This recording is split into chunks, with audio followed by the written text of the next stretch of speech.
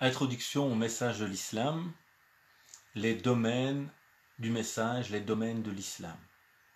أعوذ بالله من الشيطان الرجيم بسم الله الرحمن الرحيم الحمد لله والصلاة والسلام على رسول الله وعلى آله وصحبه أجمعين رب اشرح لي صدري ويسر لي أمري واحلل عقدة من لساني يفقهوا قولي السلام عليكم ورحمة الله وبركاته. Mes frères et sœurs, au nom de Dieu, le clément, le miséricordieux, et que la paix et le salut soient sur notre noble prophète Mohammed ainsi que sa famille et l'ensemble de ceux qui suivront la voie de la miséricorde qu'il a tracée pour l'humanité. Que la paix soit sur vous. C'est donc toujours un grand plaisir de vous retrouver pour cette série d'interventions qui tourne autour d'un sujet qui est pour moi essentiel, qui est la clé d'accès à une bonne compréhension du message, au fait de bien vivre de ce message, de revenir à l'essentiel, de pouvoir comprendre ce qu'est l'essence du message, afin de pouvoir mieux vivre sa pratique au quotidien, et ne pas être toujours plongé dans les détails, dans les éléments secondaires, sans jamais avoir compris la philosophie finalement générale du message, ce qui est souvent nocif et négatif quand on veut bien vivre celui-ci. Et donc nous avons d'abord abordé une série de concepts clés, qui est Dieu, qui est l'homme, qu'est-ce que la prophétie, qui est le musulman, qu'est-ce que l'islam, afin de comprendre les grands éléments généraux qui font finalement ce message, c'est-à-dire celui qui l'a révélé, Dieu, qui est-il? Qui est celui qui le reçoit, l'être humain? Qui est celui qui l'a transmis, le messager? Quel est le contenu, c'est l'islam? Et qui est celui qui a adhéré finalement à ce contenu parmi les humains? C'est le musulman ou la musulmane. C'était le premier point. Deuxième point, on a essayé d'aborder les finalités. Qu'est-ce que ce message cherche à apporter à l'humanité? À travers deux grandes questions. Qu'est-ce que Dieu veut pour nous? C'est ce qu'on appelle maqasid al-sharia, les finalités du message. Qu'est-ce que Dieu veut pour l'humanité? Leur bien-être, leur bonheur, la préservation, le développement de leurs grands besoins, le développement de ton être, de ta personne, de ta nature et sa préservation, de ta raison, de ta capacité à méditer, à réfléchir, de ta spiritualité, de ton cœur, de ton bien-être intérieur, de ta famille, de ta descendance, de ton ménage, de ton éducation, de tes enfants, et puis de tes biens, de ton environnement matériel, ainsi que également naturel. Ça, c'est ce que Dieu voulait pour nous, notre bien-être, pour faire de nous des êtres épanouis. Pourquoi est-ce qu'il veut ces êtres épanouis? Parce qu'il les a mis sur terre pour une mission. Là, c'est qu'est-ce que Dieu attend de nous.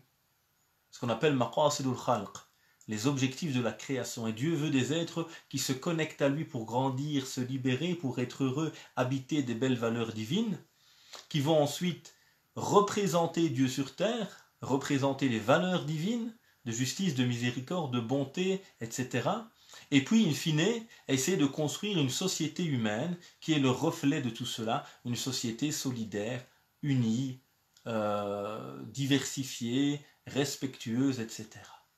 On a vu ensuite la fois passée les caractéristiques. Qu'est-ce qui caractérise ce message? C'est un message divin parce qu'il vient de Dieu, mais humain parce qu'il est compris par l'homme, qu'il vient pour l'homme, qu'il est adapté à tous les humains, donc il est universel, il est facile et souple pour pouvoir toujours être pratiqué. C'est un message équilibré, toujours loin des extrêmes, car les extrêmes ne peuvent jamais perdurer.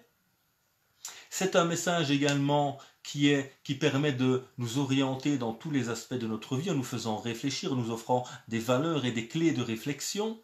C'est un message qui a des éléments fondamentaux qui nous permettent d'avoir une base solide sur laquelle on peut toujours se reposer, des racines si vous voulez, mais qui a également tout un aspect beaucoup plus souple, capable de s'adapter et de faire face aux différentes situations que l'on peut vivre. Et aujourd'hui, on rentre dans les domaines. Qu'est-ce que j'entends par les domaines? C'est qu'est-ce qui compose finalement l'ensemble islam. L'islam est un tout, mais dans ce tout, il y a différents éléments. Et il y a 4 grands éléments qui composent donc le message de l'islam. Il y a d'abord la foi, la croyance. Et puis il y a l'adoration. Et puis il y a la morale, et puis il y a les normes pratiques. 4 éléments qui font donc l'ensemble de l'islam. L'islam, c'est une foi, c'est une croyance qui imprègne le cœur, mais ce n'est pas que cela. C'est également une pratique extérieure, une adoration, qui est donc là le reflet de cette foi qui habite le cœur, cette relation avec Dieu. C'est également une morale, là c'est une relation avec les créatures, avec les êtres humains, avec le monde animal, végétal ou autre. C'est un comportement à avoir. dans le relationnel, et c'est également, quatrièmement, un ensemble de normes pratiques, des choses à faire ou à ne pas faire, etc. Et tout ceci fonde finalement l'islam dans son ensemble. Alors si l'islam est ce tout, ça ne veut pas dire que tout a la même valeur et la même place dans ce message, et qu'il n'y a pas de priorité. Quelle est donc selon vous la priorité première de ce message, dans les 4 éléments qu'on a cités? Quel est le plus important? Est-ce la foi ou les normes pratiques? C'est la foi évidemment, puisque la foi c'est l'élément fondateur. Sans foi, il n'y a pas d'adoration, il n'y a pas de morale religieuse, il n'y a pas de pratique religieuse. Tout cela est le fruit d'abord d'une adhésion du cœur. Et donc on voit très bien qu'il y a des éléments qui sont tous liés évidemment, mais qu'il y a des priorités dans ces éléments-là. Donc nous avons la foi, et puis l'adoration, la relation à Dieu, la relation aux créatures maintenant, cette relation horizontale, et puis nous avons ces normes pratiques que Dieu a établies pour notre intérêt. Et donc il y a clairement ici une évolution du plus important vers le moins important. Et quand on prend le temps de revenir vers le message coranique et la pédagogie prophétique, qu'est-ce qu'on va constater? Qu'effectivement la foi était d'abord l'élément moteur. Et pendant 13 ans à la Mecque, on ne parle quasiment jamais de normes pratiques. On va insister sur la foi. Dans les actes cultuels, c'est avant tout la prière. Et le reste, on insiste sur la bonté, la générosité, mais on n'impose pas encore beaucoup de cadres. Et ainsi de suite. Il y a donc des priorités. Et qui réutilise cette pédagogie coranique du changement de la réforme pour attirer profit justement de celle-ci. Qui malheureusement inverse les priorités, tombe dans les normes pratiques, halal, haram, l'islam c'est que ça. Je peux pas. Tu peux faire ci, non, tu peux pas faire ça. L'autre il a dit c'est haram, non, l'autre il a dit c'est makruh, l'autre il a dit cela. On est tout le temps dans du détail, dans des normes qui ont d'ailleurs perdu leur sens et leur finalité et leur utilité. Et c'est un islam qui nous bouleverse. C'est pas la faute de l'islam à nouveau, mais c'est la lecture qu'on en fait qui est déconnectée des priorités. Ce sont des gens qui n'ont pas compris la sagesse du message et qui ne s'intéressent qu'aux détails apparents, secondaires, venus à la toute fin du message. C'est comme si moi, quand je veux construire une maison pour mon foyer, pour ma famille, la première chose qui m'intéresse, c'est un tapis, c'est la couleur des murs, c'est une belle horloge pour décorer mon salon, c'est un magnifique miroir pour la salle de bain, alors que je n'ai pas de fondation, alors qu'il n'y a pas encore de mur, qu'il n'y a pas de toit, qu'il n'y a rien. Et donc c'est inverser totalement les choses évidemment dans ce cadre-là. Donc ces 4 éléments, on va essayer de les analyser, de voir un petit peu le contenu de chacun, de voir un petit peu les singularités de chacun des domaines et la complémentarité évidemment entre ces 4 domaines. Car le Coran lui-même ne fait pas de séparation entre les domaines. Tout est ensemble. Tout est lié dans le Coran. Il n'y a pas sourate la foi dans les premières parties du Coran, et puis les sourates sur la pratique religieuse, et puis les sourates sur le comportement, et puis les sourates sur les normes pratiques. Tout est mélangé parce que notre vie est un tout, évidemment. Donc ici, si on fait une séparation, c'est une séparation pédagogique, et qui ne va pas nous entraîner vers une séparation totale évidemment de ces éléments, mais qui nous permet à un moment de revenir vers des priorités, de comprendre que le domaine de la foi par exemple, qui est un domaine intérieur, n'est pas comparable au domaine de la pratique qui est un domaine extérieur. Et que le domaine de la relation à Dieu n'est pas comparable, donc l'adoration, n'est pas comparable au domaine de la relation aux créatures, la morale. Et donc il faut pouvoir comprendre tous ces éléments-là pour avoir une pratique correcte, saine, apaisée, fidèle à l'esprit, aux finalités de ce merveilleux message que Dieu a envoyé pour le bonheur de l'humanité. Allons-y donc, entrons dans ces éléments, nous commençons par le premier qui est la foi. Alors à nouveau, je vais venir que dans des grands éléments de base, évidemment. La foi, on pourra en parler pendant toute une année. L'idée, c'est de nous donner des repères à chaque fois, de mettre les mots sur le cadre, de bien comprendre les éléments essentiels et de pouvoir par la suite lier ceux-ci les uns aux autres. Donc l'idée, c'est à nouveau des clés de compréhension, un cadre général qui est bien compris, et puis à nous de continuer à avancer, évidemment, à nous cultiver en lisant, en suivant d'autres interventions, en pratiquant, en vivant, évidemment, tout cela également. Premier élément, donc, c'est la foi. Et la foi, évidemment, c'est l'élément numéro 1. Sans foi, tout le reste n'a pas de sens. Pourquoi est-ce que je ferai la prière si je ne crois pas en Dieu? Pourquoi je vais jeûner si je ne crois pas en Dieu? Tout ce qui est lié à ma foi est lié à la croyance tout d'abord, évidemment. Et c'est pourquoi le Coran, quand il est venu, le prophète, sallallahu alayhi wa sallam, dans un premier temps, ne s'intéresse qu'à la foi des gens. Pas de pratique. قُولُوا لَا إِلَهَ إِلَّا اللَّهُ تُفْلِحُوا. Dites uniquement, il n'y a aucune divinité si ce n'est Dieu, et vous allez réussir. Parce que ça, c'est la clé. Si on a réussi cela, tout le reste va être réussi. Si on a raté cet élément, tout le reste ne sera que du vent. Et on le voit parfois. Des gens qui sont musulmans d'héritage, on prie juste pour pointer, 5 fois par jour, pour se rassurer sur son islamité. D'autres, on ne priera même pas, on est très loin. Alors je ne juge pas ici, ce n'est pas le but évidemment, mais c'est pour montrer comment, ce n'est pas se dire musulman qui est le plus important si la foi n'est pas là. C'est la foi qui est le moteur, qui est l'élément qui va tout bouleverser. Et donc c'est la base du message. Et très souvent, notre erreur à nous, c'est qu'on veut s'intéresser au quatrième élément, les normes pratiques, alors que la foi n'y est pas. On s'intéresse au deuxième domaine, la pratique, alors que la foi n'y est pas. On vient m'interroger, mon fils ne prie pas, ma fille ne prie pas, qu'est-ce que je peux faire? Mais la prière est le fruit de la foi. Si ta foi n'est pas grande, tu ne prieras pas. Et donc ne t'intéresse pas au délaissement de la prière, intéresse-toi à la cause qui a fait qu'on a délaissé la prière, et donc travaille sur le cœur plutôt que travailler sur la pratique. Et ainsi sur l'essentiel, sur le moteur. Et donc la foi est la base évidemment de toute relation à Dieu, de toute connaissance religieuse. Et la foi à nouveau, ce n'est pas des livres de mathématiques où on dit la foi c'est comme ça, comme ça, comme ça, celui qui ne pense pas comme moi est un égaré, hein, c'est des livres de dogmes comme on les appelle en général, et l'aqida, la foi c'est une force qui t'habite, c'est la connaissance de Dieu, de l'au-delà, c'est quelque chose qui va te transformer de l'intérieur et qui va te pousser à œuvrer. Ce n'est pas une série de règles mathématiques. La foi également, c'est une manière de voir le monde. Parce que quand je dis que je crois en Dieu, je crois qu'il y a une origine particulière à l'univers. Je crois qu'il y a un sens particulier à ma présence sur terre. Je crois qu'il y a une vie après la mort, un jugement, une justice divine. Et donc j'ai toute une manière de percevoir le monde. Je suis lié à Dieu. J'ai cette force également pour affronter les difficultés de la vie.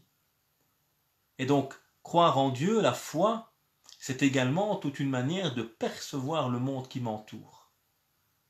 Et qui était différente évidemment de la perception qu'aura un athée du monde. Et dans le Coran, il y a 3 grands éléments qui constituent la foi. Alors évidemment, les musulmans savent bien qu'il y a 6 piliers de la foi, croire en Dieu, aux anges, aux livres, aux messagers, au jour dernier, au destin, mais de ces 6, il y a 3 piliers majeurs. D'ailleurs, qui prend le temps de lire tout le Coran, va constater que dans le Coran, ce sont les 3 éléments les plus développés. C'est Dieu, notamment le pilier des piliers, celui sans lequel tout le reste n'existe pas. D'ailleurs, dans certaines régions du monde, comme en Azhar, on appelle la science qui étudie la croyance Tawhid, l'unicité divine. Parce qu'on estime que tout le reste des croyances découle finalement de Dieu. Donc là, c'est Dieu évidemment, qui est également la réponse à la question d'où je viens, quelle est l'origine de cet univers.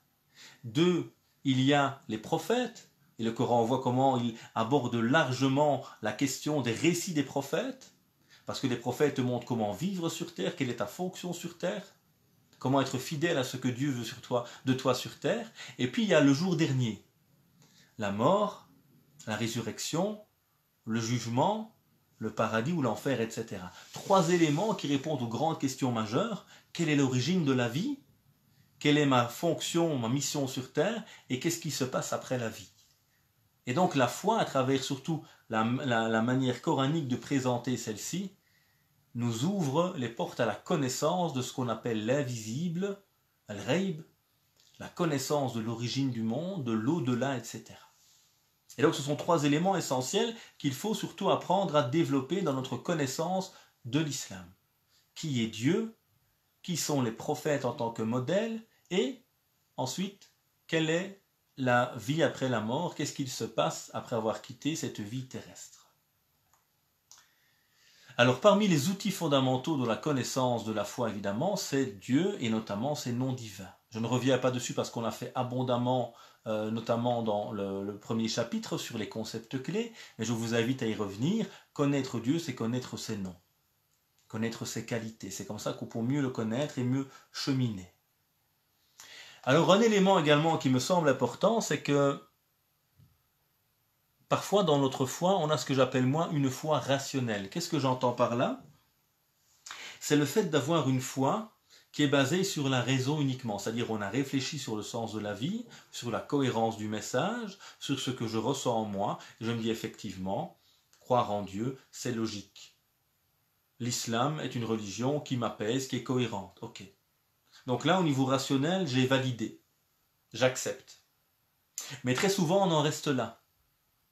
Or, la simple connaissance rationnelle n'est pas suffisante. Parce que ce qui me pousse à agir, c'est l'amour. Donc il faut toujours la raison et le cœur. Les deux vont de pair. Et donc attention, parce que parfois on est trompé. Donc au début, on commence à réfléchir, on est convaincu, c'est rationnel, c'est cohérent, c'est harmonieux, c'est apaisant, je crois à tout cela. Donc ça me pousse à agir. Mais après un moment, on reste à ce niveau rationnel. Pourquoi ? Parce que le niveau rationnel, il est facile. Allez chercher un fumeur, voyez ce qu'il fait écrit sur son paquet, fumez-tu. Rationnellement, tout le monde sait que fumer est mauvais. Pourtant, il y a des gens qui fument quand même. Donc sa raison le sait, mais son cœur n'est pas prêt à suivre cela. Et donc il y a ce besoin toujours de dépasser la simple connaissance rationnelle pour arriver à cette connaissance du cœur. Et cette connaissance du cœur, elle demande de gagner la lutte de l'amour. Le cœur est le siège des amours. Et certains d'ailleurs aiment d'autres divinités à cause de Dieu, à côté de Dieu, pardon.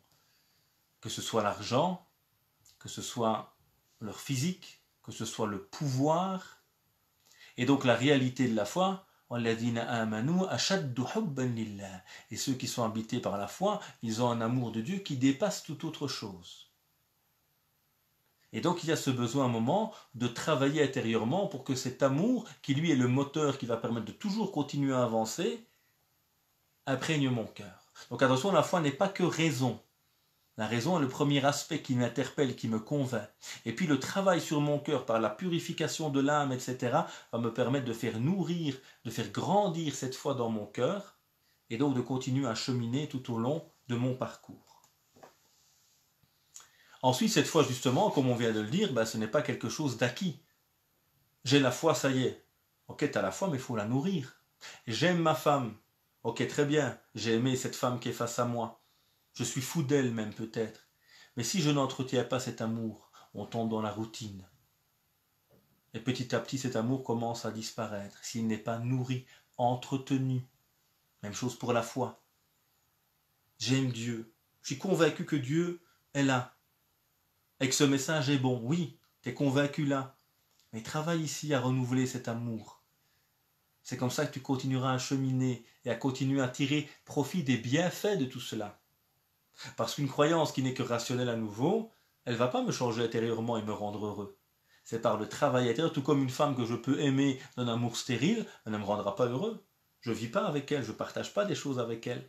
J'ai besoin de l'aimer et qu'elle m'aime en retour et de travailler sur cet amour. Pas seulement de savoir que cette femme est la bonne femme pour moi. Il faut pouvoir vivre ensemble, construire des choses ensemble, continuer à entretenir cet amour en commun.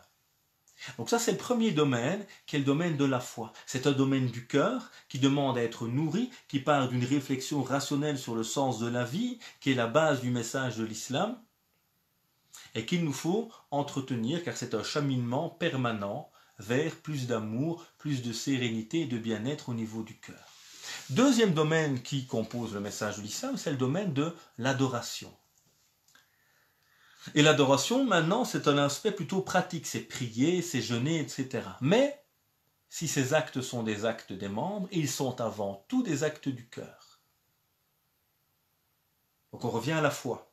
C'est la foi qui me pousse à prier. Et la prière est censée émaner de mon cœur et nourrir mon cœur.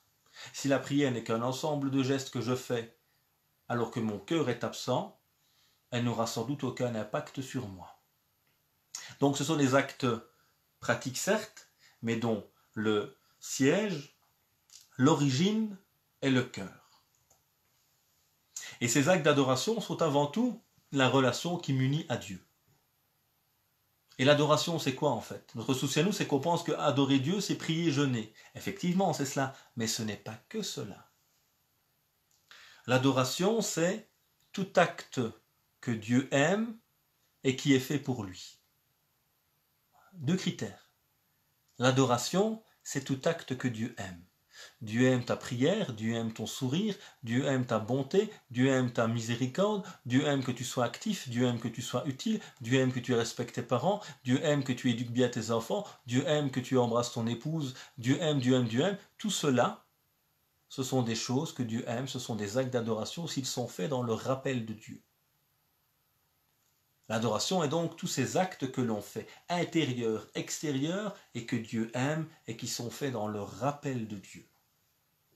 Et c'est pourquoi il y a donc deux sens à l'adoration. L'adoration dans le sens restrictif, c'est le culte, c'est les 5 piliers de l'islam, c'est la prière, c'est le jeûne, c'est la lecture du Coran, c'est le dhikr, le fait d'invoquer fréquemment Dieu, c'est les invocations, doa, etc.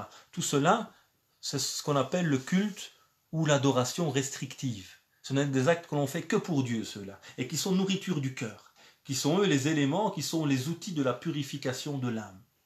Et puis à côté de cela, on a l'adoration générale. Ce sont tous les actes, comme on vient de citer, que Dieu aime et qui sont faits dans son rappel. C'est aider ton prochain, c'est porter le sac d'une vieille dame dans la rue, c'est être bon avec tes enfants, c'est chercher à être le meilleur dans ton travail, le plus honnête, c'est chercher à réussir dans tes examens. Tout cela, ce sont des actes d'adoration qui te rapprochent de Dieu. Et donc l'adoration en islam, c'est un terme général qui a ces éléments spécifiques qui sont essentiels parce qu'ils sont nourriture du cœur, comme la prière, et qui sont dans une certaine forme d'exigence. Tout comme le corps, il faut une exigence physique pour bien l'entretenir, avec du sport, avec un régime alimentaire, etc. Même chose pour le cœur, il y a besoin d'exercices spirituels ici, qui ne seront pas la marche, la course ou du sport, mais qui seront ici la prière, le dhikr, le rappel qui va nourrir ton cœur, le jeûne dans l'exigence et la libération de ton être, etc. Donc là, ce sont les actes de culte qui sont le fruit de la foi, mais qui vont également venir travailler sur toi-même pour te libérer. Et puis il y a tous ces actes, tout le reste de ta vie, qui est une forme d'adoration. Donc ça, c'est important de se le rappeler également, parce que tout ce que je fais dans ma vie avec l'intention de plaire à Dieu et que Dieu aime est une forme d'adoration. Et donc le croyant, la croyante peut être en relation permanente avec Dieu. Sortons de notre tête, adorer Dieu, c'est prier seulement. Non, c'est prier certes, mais c'est aussi être correct au travail, être sincère, aider mon prochain, réussir mes études. Tout cela également est une forme d'adoration. Et tous ces actes d'adoration ont toujours une double relation. Une relation avec Dieu, et puis une relation plutôt horizontale avec les créatures. La prière, inna salata tanha anil fahsha'i wal munkar. Certes, la prière écarte des turpitudes et du mal. Donc on voit ici qu'il y a dans cette prière une vocation également à changer au niveau relationnel.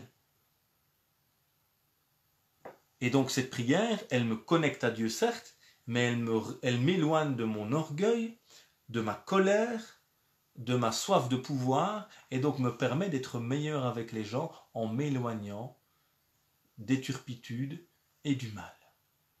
Donc il y a toujours une vocation individuelle de réforme et collective. La zakat, elle me purifie de l'avarice, de l'égoïsme, elle m'ouvre sur le monde et les besoins des autres, et elle crée au niveau horizontal de la solidarité, de la fraternité, de l'entraide, de l'amour réciproque, quand chacun s'aide au cœur de la société. Et donc il y a une forte interaction entre le culte, l'adoration et la foi. La foi, elle part du cœur, elle est cet élément moteur, mais comme on l'a dit, il faut entretenir cet amour. Et qu'est-ce qui entretient l'amour? Ce sont les actes concrets et pratiques à travers le culte. Ma prière me déconnecte un moment de l'oubli pour me reconnecter avec Dieu, pour revenir vers moi, pour apprendre la modestie, pour apprendre la purification, ce qui va me rendre meilleur et purifier mon cœur des passions qui sont le frein justement à la foi. Et donc la foi est le moteur du culte, et le culte bien accompli est nourriture du cœur. Donc les deux finalement alimentent. Et l'ensemble de ces actes de culte ont donc cette vocation également à nous changer, à nous transformer humainement. Il y a donc la foi, un domaine intérieur, le moteur, qui doit émaner du cœur. Et puis il y a l'adoration, dans son sens large, tout ce que Dieu aime et qui est fait dans son rappel, et dans son sens restrictif, tous ces exercices spirituels qui me réveillent, qui me nourrissent, qui me connectent à Dieu, qui m'éloignent de mes mauvais comportements, de mes lacunes intérieures, pour pouvoir mieux vivre la foi et me réformer, tout en réformant la société qui est autour de moi. Troisième domaine, c'est le domaine de l'éthique ou des valeurs ou de la morale. L'islam, c'est également des relations avec les gens, ce n'est pas qu'une relation à Dieu. Et tu te mens à toi-même si tu prétends être bien avec Dieu et que tu es mauvais avec les gens. L'un ne va pas sans l'autre. Le prophète d'ailleurs, alayhi salatu wassalam, lorsqu'il voulut résumer son message, il dit « Innama bu'istu li'utammima makarim al-akhlaq » Je n'ai été envoyé qu'afin de parachever les bonnes vertus. Et quand le Coran voulait faire l'éloge du prophète, il disait « Wa innaka la'ala khuluqin azim » Tu es certes d'un comportement éminent. Et donc le Coran insiste ici sur le bon comportement, la moralité du prophète. Et le prophète nous rappelait, alayhi salatu wassalam, que les comportements qui ont la meilleure foi sont ceux qui ont le meilleur comportement. Donc l'importance ici de cette éthique, de cette morale au quotidien, qui est donc ces relations humaines, qui est un peu le fruit finalement de la foi, qui va habiter ton cœur, le transformer, du culte qui vient te purifier, donc te rendre meilleur, t'éloigner des passions. Et qu'est-ce qui nuit à nos relations humaines si ce n'est nos passions? La passion, c'est l'égoïsme qui m'empêcherait d'avoir une bonne relation avec toi. C'est la jalousie, je ne veux pas que tu me dépasses, que tu sois meilleur que moi. C'est la soif de pouvoir, je vais vouloir t'asservir. Et donc il y a un moment, toutes ces passions intérieures. Et quand il y a la foi, qui nous connecte à Dieu et ses belles valeurs, quand il y a le culte, qui sont ces exercices de réforme intérieure, il va donc y avoir ce changement intérieur qui va naturellement, évidemment, impacter le champ de mes relations humaines et sociales. Alors c'est une éthique également qui oriente toute ma vie.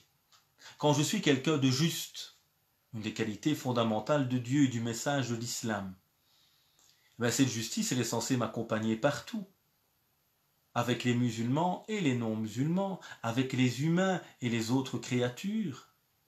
Dans le cadre de mon adoration, être juste vis-à-vis de Dieu dans ma prière, c'est-à-dire l'adorer sincèrement, être juste également vis-à-vis de mon prochain, être juste vis-à-vis de mon patron. Quand c'est le Ramadan, par exemple, mon travail est un devoir. Prier tarawih, c'est une recommandation. Lire le Coran au travail, pendant la journée, c'est une recommandation. Je ne peux pas délaisser mon travail, tricher, aller m'endormir en cachette ou lire le Coran en cachette pendant ma journée de travail. Non, parce que le travail est une adoration obligatoire. À ce moment-là, c'est l'engagement que j'ai pris. De respecter vos engagements. Mon engagement avec mon patron, c'est de travailler, pas d'aller lire le Coran en cachette ou de dormir en cachette. Là, tu es à l'encontre justement des grandes valeurs de l'islam. Et ta soi-disant pratique religieuse, ta soi-disant piété n'est qu'un leurre en réalité. Et elle est contraire à ce que l'islam prône. Et donc c'est une morale qui m'accompagne dans tous les domaines de la vie. La morale est tellement importante en islam finalement qu'elle résume le contenu du message. Les grandes valeurs de Dieu, miséricorde, justice, douceur, pardon, ne sont-elles pas des belles valeurs morales finalement? Et l'homme est censé s'en imprégner et les traduire autour de lui. Donc les valeurs morales sont les grandes finalités de ce message, qui est venu tout entier comme miséricorde, comme justice, comme sagesse, comme intérêt pour l'humanité. Et donc c'est important de se le rappeler également. Ce message, il se résume dans ces grandes valeurs. C'est ça que le meilleur des croyants est celui qui a le meilleur comportement. Ta foi, si elle est réelle, elle ne peut qu'impacter ton comportement. Sinon, c'est du vent. Tu triches peut-être, ou tu n'as pas en tout cas pas atteint le vrai niveau que Dieu nous permette de l'atteindre. Évidemment, nous ne sommes pas des modèles, parce que l'on parle et qu'on s'exprime évidemment aujourd'hui. Alors ces valeurs également, c'est plus qu'une simple politesse, qu'un simple bonjour, c'est être capable de donner pour autrui, de se séparer de ce que l'on aime pour aider son prochain. Ça aussi c'est important. Être capable de sacrifier ce que l'on aime le plus. Et donc, cette morale, c'est le reflet d'une foi saine, d'une pratique cultuelle qui me réforme et qui est le meilleur témoin de l'islam au quotidien. Ne parlons pas beaucoup d'islam, vivons beaucoup l'islam. Aujourd'hui, on en parle beaucoup. On a un besoin de s'habiller, soi-disant, avec des vêtements qui reflèteraient plutôt une culture et pas du tout l'islam. Mais bon, pour certains, on confond les deux. On met même des t-shirts, il y a musulmans, etc. On a besoin de montrer beaucoup de choses parce qu'on vit très peu de choses intérieurement. Tais-toi, ne parle pas beaucoup, ça sert à rien parfois. Voir c'est contre-productif. Montre. Sois le meilleur au boulot, sois le meilleur étudiant, sois le plus respectueux, donne le plus de temps à tes enfants, à tes parents. C'est comme ça que tu montres la vérité de l'islam. Et pas avec énormément de discours qui très souvent d'ailleurs sont contredits par ta réalité au quotidien. Dernier élément de ce grand ensemble de l'islam, donc c'est une foi qui habite le cœur, qui est le moteur, c'est un ensemble d'actes d'adoration qui nous changent, qui nous réforment, qui nous font évoluer également. Ce sont des relations morales avec l'ensemble de la société, avec l'ensemble de la création, les animaux. On voit cette femme qui rentre au paradis parce qu'elle a brevet un chien, et une autre qui rentre en enfer parce qu'elle a laissé mourir un chat. On voit cette valeur de l'animal. Le prophète qui nous rappelle, alayhi salatu wassalam, que celui qui a tué un oiseau sans raison, c'est-à-dire il n'avait pas faim, il n'avait pas besoin de se nourrir, il l'a tué par plaisir, par jeu. L'oiseau, Dieu lui redonnera la vie le jour du jugement pour venir témoigner contre cet homme. Pourquoi as-tu pris cette vie sans raison? La vie est sacrée, tu n'as pas le droit de la prendre sans raison. Et puis dernier volet, ce sont les normes pratiques. Ne pas boire d'alcool, ne pas manger telle chose, devoir faire telle ou telle chose, et certaines les normes qui régissent le mariage par exemple. Donc il y a un ensemble de normes pratiques également qui fondent le message. Et à nouveau, ce sont les derniers éléments qui sont révélés. Pourquoi? Parce que ce sont les éléments qui viennent parachever l'édifice. La base de l'édifice, comme on l'a dit, c'est les fondations, c'est la foi. Et puis les piliers qui vont renforcer, qui vont tenir cela, c'est un moment, les actes cultuels. Et puis ce toit ou ces éléments larges qui vont permettre à cette maison d'exister, de se déployer, c'est les comportements liés à la morale. Et puis tu auras, dernièrement, les petits détails, les petites normes pratiques qui vont permettre de gérer la vie dans cette maison. Mais on ne peut pas aborder ce dernier point sans avoir concrétisé d'abord ce qui précède.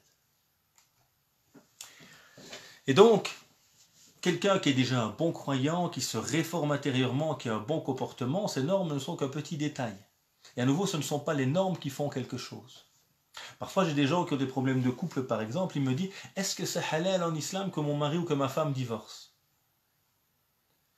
Mais je leur dis « Mais écoutez, si on lui dit que c'est haram, par exemple, à votre époux ou à votre épouse, est-ce que ça va faire changer les gens réellement ?» La norme, elle est là pour les gens qui ont la foi.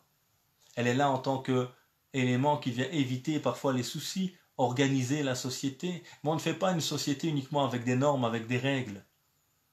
On ne crée pas un couple avec des règles. Ce n'est pas en obligeant quelqu'un à être dans sa maison qu'il va aimer sa femme. Donc là, on inverse parfois les choses. On oublie que la norme est le détail qui permet de régir, d'éviter les soucis, mais il n'est pas celui qui fonde finalement la vie, évidemment, ni spirituelle ni humaine. Et c'est un aspect minoritaire dans le Coran. Quand on prend tout le Coran, les normes, les détails à faire ou à ne pas faire restent très très minoritaires. Donc gardons un aspect minoritaire à ces éléments. Ça ne veut pas dire qu'il faut les négliger. Ça veut dire qu'on est fidèle à l'esprit du Coran et aux fondamentaux qu'il a établis et aux priorités que lui-même a établies. Nous, malheureusement, c'est l'inverse. On s'intéresse qu'aux détails. On mange pas ci, on fait pas ci, attention à la gélatine, attention à ceci, à cela. Et ce sont en plus la plupart du temps des questions qui ne sont même pas coraniques ou consensuelles.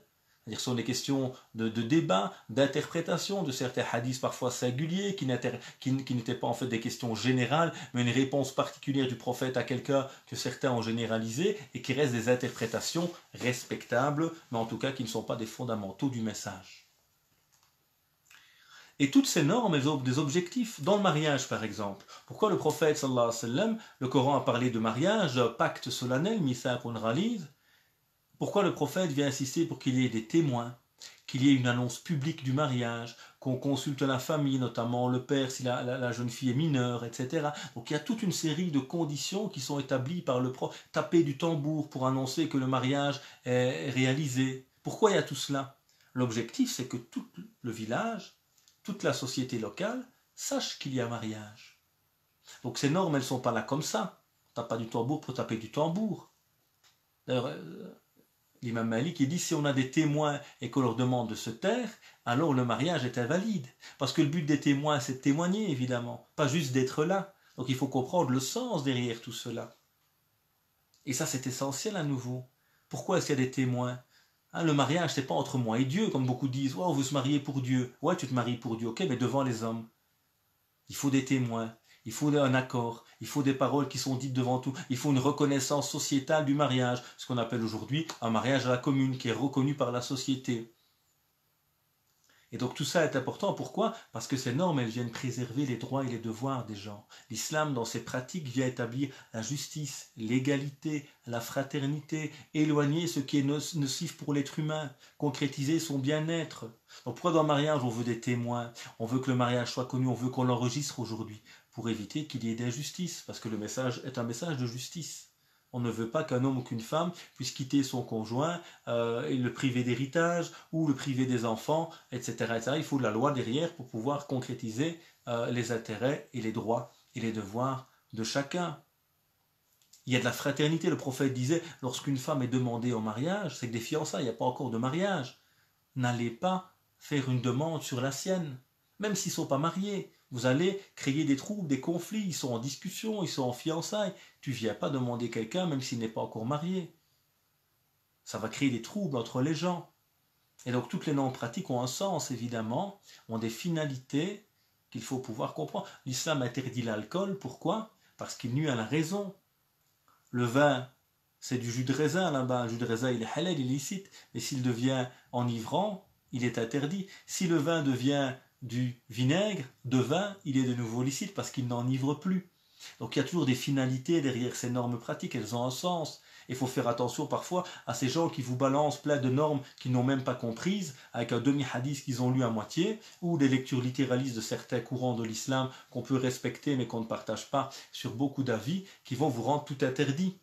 Et qui ne comprennent même pas ce que le prophète a voulu dire, alayhi salatu wassalam, en interdisant telle chose. Parfois on pose des questions, les coupes de cheveux en islam, mais Dieu a autre chose à faire que nous parler de nos coupes de cheveux, s'il vous plaît. Le Coran ne parle jamais de ce genre de choses.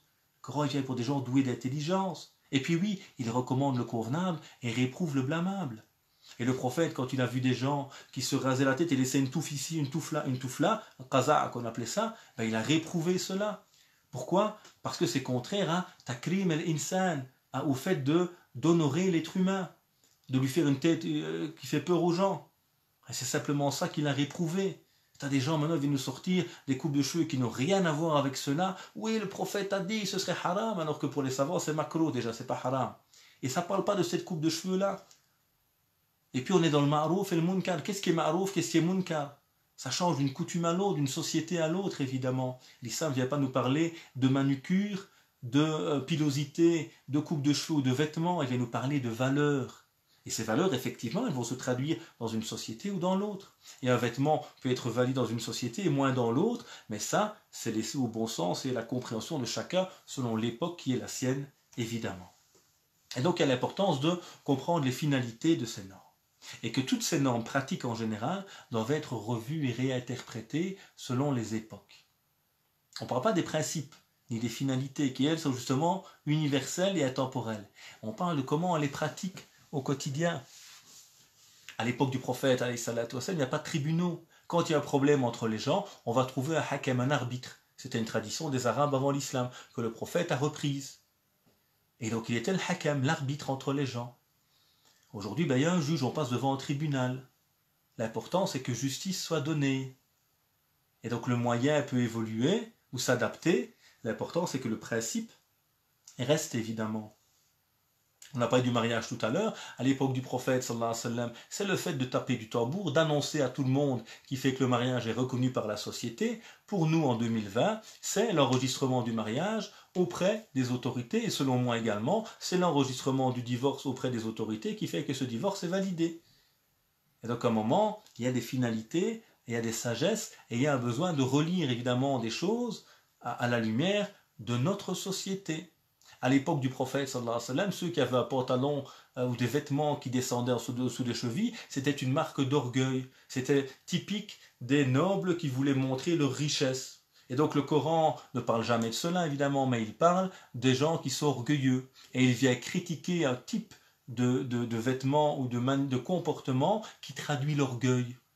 Et donc c'est pas le vêtement qui est le problème, c'est l'esprit ou le symbole qu'il dégage. Et donc moi, à mon époque, si ce symbole n'est plus le même, c'est le principe de rejet d'orgueil qui doit être compris, et puis la forme, elle peut changer d'une époque à l'autre, évidemment. Et donc ça, c'est important de comprendre tout cela également. Donc voilà quelques éléments sur les domaines de l'islam qui nous permettent de remettre chaque chose à sa juste place. L'islam, d'abord, c'est une foi, c'est le socle, le fondement essentiel. S'il y a des questions, n'hésitez pas à les poser maintenant pour le débat. Là, je clôture. Deuxièmement, c'est un culte, une adoration, une connexion à Dieu qui me réforme et qui m'ouvre sur le monde. Troisièmement, c'est une morale, c'est des relations horizontales avec les autres humains, avec les autres créatures. Et puis c'est une série de normes pratiques à appliquer qui ont un sens, qui ont des finalités, qui sont au service de l'intérêt des humains, qui créent une égalité, une équité entre les gens également. Et tout cela, c'est l'islam. Mais on ne peut pas comparer la foi avec les normes pratiques. C'est pas sur le même pied d'égalité. La foi est beaucoup plus importante, évidemment. Et on doit commencer par celle-ci avant d'arriver là-bas. Et donc, c'est important de remettre les choses à leur juste place. Et pour nous qui sommes des musulmans en Europe, dernier point, est-ce que je peux ne pas vivre ma foi en Europe? Certains nous disent parfois, en Europe, c'est dur de vivre l'islam, partant dans un pays soi-disant musulman. Qu'est-ce qui m'interdit de vivre ma foi en Europe? Est-ce que quelqu'un me poursuit parce que je suis musulman? M'interdit de croire? Absolument pas. J'ai même une liberté bien plus grande que dans beaucoup de pays dits musulmans où c'est la dictature, malheureusement. Le culte, qui m'empêche de prier, qui m'empêche de jeûner? Bien sûr, tout n'est pas toujours évident et facile, mais nulle part c'est comme ça de toute façon. Parfois c'est un peu plus pratiquement facile dans certains pays de tradition musulmane, effectivement. Mais de principe, on ne m'interdit pas de me lever salat el-fajr. Le seul qui me l'interdit, c'est moi-même parce que je ne vais pas me réveiller. Mais sinon, personne ne m'interdit de le faire. La question de la morale. Qui m'empêche d'être bon, d'être juste, d'être sincère, d'être généreux? Tout le monde serait heureux de nous voir comme cela. Et puis les normes pratiques en général, elles sont applicables. Certes, elles ne sont pas imposées, mais pourquoi les imposer? La ikrah fi ddin. Pourquoi on devrait imposer aux gens de ne pas boire d'alcool? Laissons les gens libres et choisissons sincèrement avec notre foi de ne pas boire d'alcool. Qui m'oblige à manger du porc? Personne. Et donc la plupart des normes pratiques, on peut les appliquer. Donc globalement, on peut tout vivre en Europe. Quand on revient à l'esprit du message, au contenu essentiel. Et partout d'ailleurs sur terre, nous sommes sur la terre de Dieu, et donc on peut vivre évidemment ce merveilleux message quand on revient à l'essentiel de celui-ci. Puisse Dieu exalté soit-il nous permettre de mieux comprendre ce message, de nous rapprocher de lui, d'être ceux qui commençons par la foi, puis qui nous rapprochons de lui par l'adoration, qui nous comportons de la meilleure manière avec les gens et qui appliquons les normes pratiques également du message. Puis Dieu nous accorder son amour et l'amour de ceux qu'il aime et les voies qui nous mènent à son amour. Oh mon Dieu, purifie nos cœurs, tu es certes le meilleur des purificateurs. Oh mon Dieu, donne-nous belle part ici-bas et belle part dans l'au-delà et préserve-nous de l'enfer. Oh mon Dieu, purifie nos cœurs, guide nos familles, pardonne nos erreurs, guéris les malades, fais miséricorde à ceux qui nous ont quittés, répands ta miséricorde et ta justice partout sur terre, fais de nous les acteurs du bien et ceux qui luttent contre le mal partout où ils se trouvent. Subhana rabbika rabbil izzati amma yasifun wa salamun ala mursalin walhamdulillahi rabbil alamin. Je réponds rapidement aux questions s'il y en a. D'abord, bonjour encore une fois à tous, salam alaikum, que Dieu vous purifie. Oui, donc on nous rappelle ici également que beaucoup de terres, notamment en Asie, se sont converties, ou en Afrique, se sont converties par le bon comportement de commerçants, de gens qui étaient là, notamment les soufis également, dans beaucoup de lieux, qui par justement leur piété, leur bon comportement, ont ouvert les cœurs et les esprits de beaucoup de gens au message, évidemment. Voilà, merci pour vos remerciements également, que Dieu nous permette d'être sincères et d'être utiles et que Dieu vous bénisse chacun et chacune. Peut-on transmettre des séances islamiques en fixant une compensation financière? Alors écoutez, je pense que parfois certains vivent dans un monde qui n'existe pas. Nous sommes dans un monde où chacun doit vivre. Donc à un moment, quelqu'un qui veut faire de son savoir sa profession et qui propose son expertise, son savoir à des gens. Si c'est dans le domaine économique, dans le domaine de la gestion ou autre, on va toujours trouver ça normal. Quand c'est dans le domaine religieux, on voudrait que quelqu'un transmette un savoir gratuitement. Mais si cette personne a envie, il faut bien qu'elle puisse nourrir sa famille. Si on veut de la qualité aussi, parce que nous on veut de la qualité, cette qualité est le fruit d'efforts, de travail, de lecture, qui demande également de pouvoir vivre à côté de cela. Troisième élément, récemment quelqu'un parlait d'un prédicateur connu qui a été critiqué pour cela, parce qu'il fait des formations payantes. Est-ce qu'il fait tout payant? Non, il y a plein de choses qu'il propose gratuitement. Ensuite, est-ce que ces formations payantes sont une nécessité spirituelle pour les gens? Est-ce qu'on peut ne pas se passer de ces formations? Bien sûr que oui. On peut s'acheter un bouquet à côté, on peut écouter d'autres conférences qui existent. Donc à un moment, il faut bien comprendre qu'une personne qui veut vivre de cela a besoin d'être payée. Deuxièmement, toute structure musulmane, elle a besoin... Imaginons une mosquée qui veut payer son imam. Il faut qu'elle paye son imam. Donc il faut qu'il y ait des rentrées pour pouvoir payer celui-ci, il faut que des cours soient payants. Après évidemment, ça ne doit pas devenir un business, et c'est un peu le danger du net aujourd'hui, c'est que malheureusement, quand ça devient aussi, quand je gagne ma vie grâce à Internet, je suis parfois un peu tributaire du buzz. Et donc j'ai besoin de faire tout le temps des vidéos, de parler tout le temps, donc de multiplier les causes peut-être d'erreurs aussi. J'ai besoin parfois, comme certains, d'aborder des sujets qui n'ont rien à voir. On va parler de séries télévisées, de matchs de foot, de tout et n'importe quoi pour que les gens nous suivent. On va parfois dire ce que les gens ont envie d'entendre pour que eux nous suivent. Donc là, c'est le côté pervers évidemment de la chose.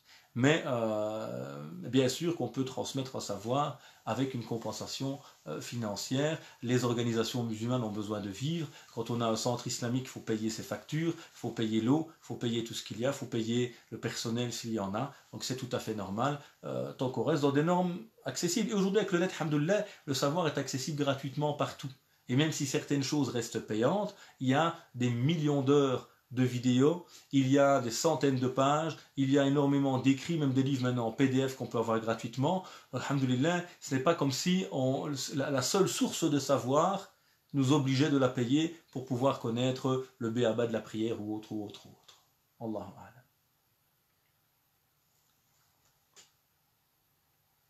Salam Bernadette et salam à ton papa, que Dieu vous bénisse tous les deux, au plaisir de vous revoir, que Dieu vous préserve. Alhamdulillah, on pratique notre religion, mais le voile, on n'accepte pas encore le voile au travail. Oui, bien sûr, donc dans nos sociétés, comme partout, il y a des difficultés. Vous savez, en Turquie, le voile n'a été permis qu'à partir de 2000, plus ou moins. Pendant des années, lorsque le pouvoir était entre les mains des kémalistes, on a interdit le voile partout, dans les écoles, dans les hôpitaux, au Parlement, etc. Donc voilà, les Turcs n'ont pas dit on va quitter ce pays, non. On va essayer de changer les mentalités, d'amener la justice, d'amener la liberté pour tous, de le porter ou de ne pas le porter, d'être musulman ou de ne pas être musulman. Parce qu'on critique parfois certains musulmans pour être fanatiques, mais la plupart des fanatiques que je connais sont justement des non-musulmans, ou plutôt sont des athées ou des laïcards, comme on les appelle parfois, qui sont fanatiques et qui voudraient imposer leur athéisme, leur non-religiosité, leur transparence, qui devrait être la même, en fait ça doit être comme eux, c'est ça, devenir tous les mêmes. Non, il faut être contre cela. Il faut être pour la liberté de chacun de vivre sa pratique. Après, en tant que musulman aussi, il faut rester dans la logique des choses. Je ne sais pas toujours tout pratiquer, ni ici, ni ailleurs d'ailleurs. Donc à un moment, je pratique ce que je peux. Dieu me demande de l'adorer du mieux que je le peux. Et si une certaine pratique n'est pas possible, je ne sais pas toujours prier à l'heure, je ne sais pas toujours mettre mon voile, je ne sais pas ci ou je ne sais pas ça, je fais de mon mieux. Dieu est pardonneur, Dieu est miséricordieux, il me demande de faire de mon mieux. Et c'est parfois avec mon bon comportement, avec ma patience, que petit à petit les mentalités vont changer. Ça et tout est, je pense, question de temps, de sagesse, et également de stratégie. On ne peut pas changer le monde en un jour, on ne peut pas changer les mentalités en un jour. Il y a eu beaucoup de changements en Europe en peu de temps. Donc il y a besoin d'attendre, d'avancer petit à petit, de faire des petites concessions qu'on n'aime pas, qu'on trouve injustes. Et sur le côté, on peut continuer à défendre nos droits avec des structures qui travaillent à la défense des droits des musulmans, comme le CCIB et d'autres, etc., au niveau juridique. Mais le grand combat pour moi, ce n'est pas le niveau juridique, même s'il est important, c'est le niveau des mentalités et du comportement. Et voilà, apprenons à être sages, à être intelligents, comme a fait le prophète sallallahu alayhi wa sallam, faire parfois un pas en arrière, comme Al-Hudaybiyah, quand il signe un traité qui est négatif pour les musulmans, mais qu'est-ce qu'il voit lui? C'est la paix. Donc ne soyons pas dans la guerre, dans les conflits avec nos patrons, avec les autres, même si des choses ne nous plaisent pas, faisons un petit pas en arrière, montrons le bon comportement, faisons changer les choses, et plus il y aura de personnes qui sont ouvertes, qui sont tolérantes dans notre communauté et dans le reste de la société, plus petit à petit on pourra faire évoluer, je pense, les mentalités, Inch'Allah Ta'ala.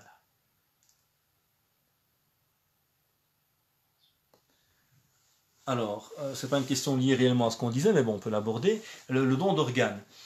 Il y a des principes toujours en islam. Le principe, c'est que l'être humain est une créature qui a été honorée par Dieu. Voilà, on a honoré les fils d'Adam. Donc il n'est pas permis de mutiler un être humain. Je ne peux pas couper un bras à un être humain. Je ne peux pas lui arracher un œil. Je ne peux pas m'enlever un rein. Je ne peux pas non plus donc me faire du tort à moi-même. Mon corps ne m'appartient pas. Mon corps est un bien que Dieu a mis entre mes mains. Ça, c'est le principe de base, évidemment. Ensuite, il y a un deuxième principe, c'est le principe du moindre mal. Il y a toujours l'idéal, la base qu'on vient de citer, et puis il y a la réalité. Et donc l'islam est une religion, comme on l'a vu la fois passée dans les caractéristiques réalistes, qui prône le principe notamment du moindre mal. Irtikab akhaf ad-dararain. Et donc à un moment, quand je suis seul, j'ai faim, il n'y a rien à manger, et que dans la prison où j'ai été emprisonné par des tyrans, on me présente du porc, je dis non une fois, 2 fois, 3 fois, quand je n'ai vraiment plus de force, que je vais mourir peut-être de faim, je mange du porc pour sauver ma peau. Manger du porc n'est pas permis dans la religion, c'est une nuisance, on va dire, mineure, à côté du fait de mourir, qui est une nuisance majeure. Donc je peux à ce moment-là consommer du porc pour sauver ma vie. Donc, on ne donne pas d'organes à la base. Maintenant, si moi je peux sauver la vie de quelqu'un, et celui qui a sauvé une vie, c'est comme s'il avait sauvé toute l'humanité. J'ai 2 reins. Je sais que médicalement, je peux supporter le fait de perdre un rein, je peux continuer à vivre correctement, sans souci, et je peux sauver la vie en plus de quelqu'un qui est de ma propre famille, mon père peut-être. Donc c'est un acte incroyable de sauver la vie de quelqu'un. Donc là, je peux me faire un tort minimum, d'accord, pour sauver une vie. C'est un mal mineur pour un bien majeur. D'accord ? Même chose après la mort. Normalement, après la mort, le corps est sacré, on ne le touche pas de nouveau. Maintenant, si après la mort d'un individu, les organes sont en bon état, et que de toute façon, ces organes vont se décomposer dans la terre, donc je ne peux pas les couper par plaisir, je ne peux pas mutiler une dépouille par plaisir ou par vengeance, évidemment. Mais pour sauver la vie, donc j'ai fait un accident, j'ai 3 organes qui sont en bon état, je peux sauver 3 vies. Alors bien sûr qu'il est permis en islam de les donner à ce moment-là. Donc attention, il y a toujours les principes de base, ça beaucoup les connaissent, et puis il y a les nuances, et puis il y a la capacité de faire des choix et de comprendre qu'il y a des intérêts parfois concurrents et qu'il faut faire le choix entre l'intérêt mineur et majeur en choisissant le majeur, ou entre des nuisances mineures ou majeures en éloignant la majeure. Allahu ta'ala a'la wa a'lam.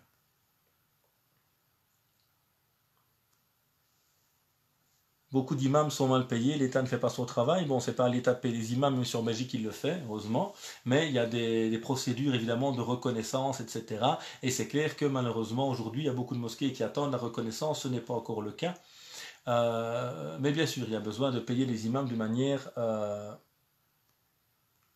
correcte. J'ai sauté votre question, excusez-moi frère, je ne l'ai pas vue, je reviens. Je ne la vois pas mon frère.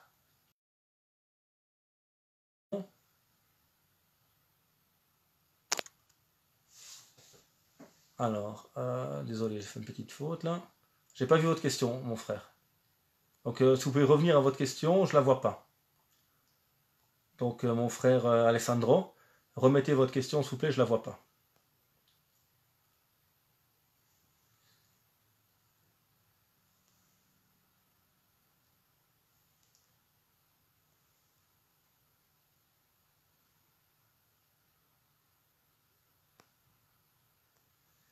Alors, la question, l'épilation du corps à la lumière pulsée, donc qui détruit le bulbe du poil jusqu'à sa disparition.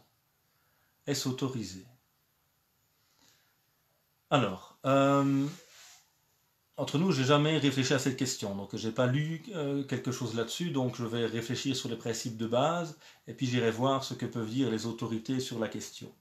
Le principe de base, c'est d'abord que l'interdit est une sphère très très limitée en islam. Dieu a clairement défini ce qu'il vous a interdit. Deux, nous avons le domaine du culte qui est un domaine très figé, fermé, la prière, le jeûne, ça ne se change pas. Et puis il y a le domaine plutôt des relations sociales, des coutumes, des choses liées à l'humain. Là on est dans la norme de la permission pour tout sauf ce qui est clairement interdit. D'accord? Ensuite, l'épilation des jambes, par exemple, pour les femmes est quelque chose de tout à fait permis par les savants. Il n'y a pas de problème. La seule épilation qui est sujette à débat, c'est l'épilation des sourcils, quand on a une épilation qui a un seul but esthétique. Donc une sœur, par exemple, qui aurait des sourcils qui sont très exubérantes, qui dépassent vraiment la norme habituelle, il n'y a pas de souci à les rendre plus fins pour qu'ils redeviennent dans la norme à ce moment-là. La question, c'est plutôt si on les enlève totalement ou qu'on les rétrécit très très fort, uniquement par souci esthétique. Là, c'est un sujet à débat. Certains estiment que c'est interdit, d'autres estiment que c'est interdit uniquement si c'est dans un but de tromper les gens ou que c'est un signe ou que c'est utilisé par des femmes de petite vertu, ce n'est pas permis alors pour les autres. Bref, ça c'est un débat. Mais l'épilation des jambes par exemple ou des aisselles est tout à fait permise, même par des textes à ce moment-là du prophète sallallahu alayhi wa sallam, notamment pour les aisselles qui parlent du fait de s'épiler les aisselles à ce moment-là. Autour des parties intimes également, il y a la permission de s'épiler, etc. Donc ça c'est tout à fait permis comme principe de base. Alors après, une épilation qui est permanente, voilà, je pense qu'on reste dans le même principe que ce qu'on vient de dire maintenant. Il faudrait juste voir si au niveau médical, il n'y a pas de nuisance pour l'être humain. Ça ne risque pas de se retourner contre lui, d'avoir des conséquences négatives non voulues par après. Ça, c'est vraiment à savoir avec le médecin ou avec les spécialistes sur cette question-là. Et puis, je peux me renseigner, mais voilà, à la base, l'épilation est permise de manière temporaire. Permanente, je pense qu'on peut rester dans le même principe tant qu'il n'y a pas de nuisance pour l'être humain. Et on ne parlera pas ici de changement de la création de Dieu comme le penseront peut-être certains, parce que nous ne sommes pas dans une question où on ne peut pas changer ça à la base. On peut s'épiler. Donc on s'épile toutes les semaines ou tous les 3 jours ou qu'on le fasse de manière permanente, on est toujours épilé finalement. Allah. Et à nouveau, ce sont des questions vraiment de détail, très loin des fondamentaux et sur lesquels on a besoin d'apprendre la tolérance. Il y aura sûrement une pluralité d'interprétations et ce ne sont jamais des fondamentaux de notre religion dont la norme est la permission tant qu'on ne fait rien de mal et de tort à soi-même. Allahu a'lam. Voilà, il y avait juste donc la personne qui avait une question, Alessandro, je ne vois pas votre question. Voilà, je suis revenu, je la vois toujours pas. Donc si vous pouvez la reposer s'il vous plaît, sinon je vais clôturer, Inch'Allah ta'ala.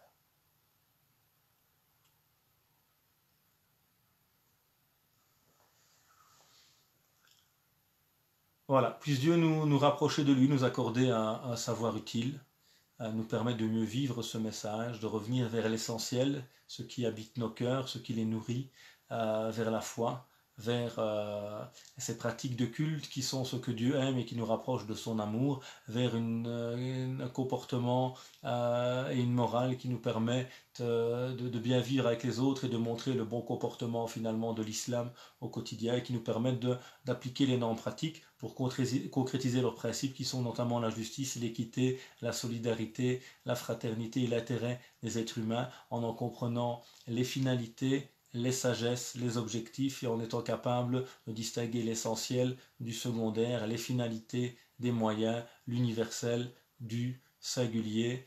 Que Dieu nous accorde sa miséricorde et un savoir utile. Subhana rabbika rabbil izzati amma yasifun wa salamun ala al mursalin walhamdulillahi rabbil alamin. À très bientôt, Inch'Allah, que Dieu vous